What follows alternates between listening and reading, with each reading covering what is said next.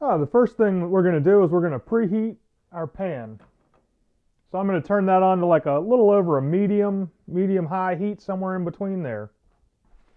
While our pan is preheating, we're going to go ahead and form our sausage patty. So to do that, I'm just going to squeeze in the middle of the bag about where I want to for the amount of sausage that I want, and then I just twist and pull, and she slides right out.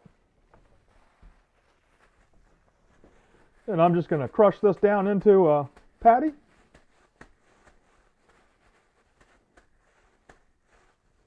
And that looks good for me. Now that our pan's preheated, we're going to take our sausage patty and just place it in there. Once our patty starts to get brown around the edges, we know that it's time to flip.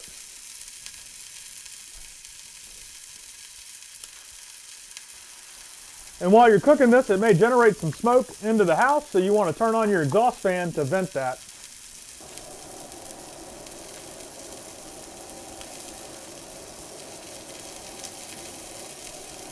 And that's it, folks. We've got a cooked sausage patty. Don't forget to turn off your burner.